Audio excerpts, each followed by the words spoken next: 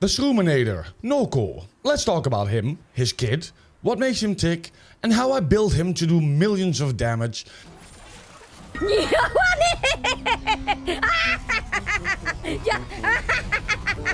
And use him for spy missions.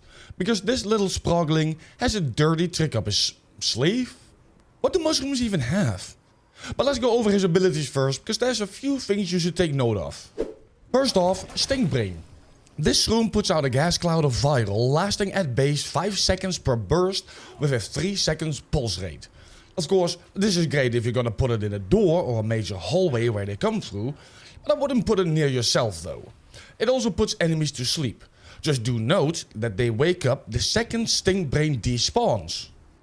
Second, we have Breitbonnet, or Breitbonnet in French if you're feeling fancy. It's a shroom that gives you more ability strength.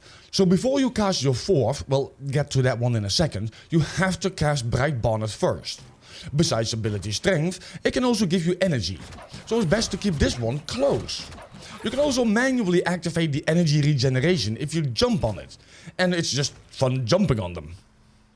Thirdly, Reroute turns you into a Sprotling. Now this quirky little fun guy is now untargetable, heals over time, and if you pick up the orbs around you, you heal Nokko himself. Now this ability has a fun little trick, but give me a minute, we'll get there too. And lastly, Spore Spring unleashes ballistic mushroom balls. I thought I'd say that one to be honest. It bounces off of your enemies, and with each bounce, they gain 25% critical chance, which is unmoddable. So 10 bounces, at max it'll have 250% critical chance, which is a lot. Now you can throw out 3 of these in total. So for a constant DPS upkeep, count to 5 before casting another one. That way you'll have one on the battlefield at all times. Oh, and they do toxic damage and create an explosion wherever they land. So my subsume of choice is Roar. I put that over his Reroute ability, as when you die, you turn into a Sprotling anyway. That's his passive.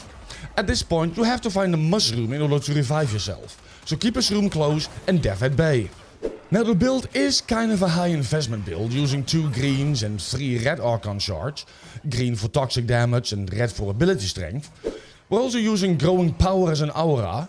And the Grimoire with Foam Invocation to give ourselves even more ability strength. And with Arcane Crepuscular and the Shade Sentinel to keep us invisible, we bump that up even more. So we start with Madurai Sling for strength, then Grimoire to boost it, followed by his second ability, and finally Roar, followed by Spore Spring. This combo is how I managed to get 163 million damage. As for spy missions, Nokko's Sprotling form completely bypasses any lasers, cameras, you name it, even acolytes.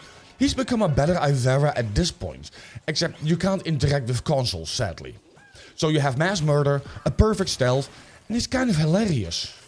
So with just a shroom, Sprotling form, and shroom balls, you can also easily solo an Archon. Link in the description for a full run and in the cards in the top right.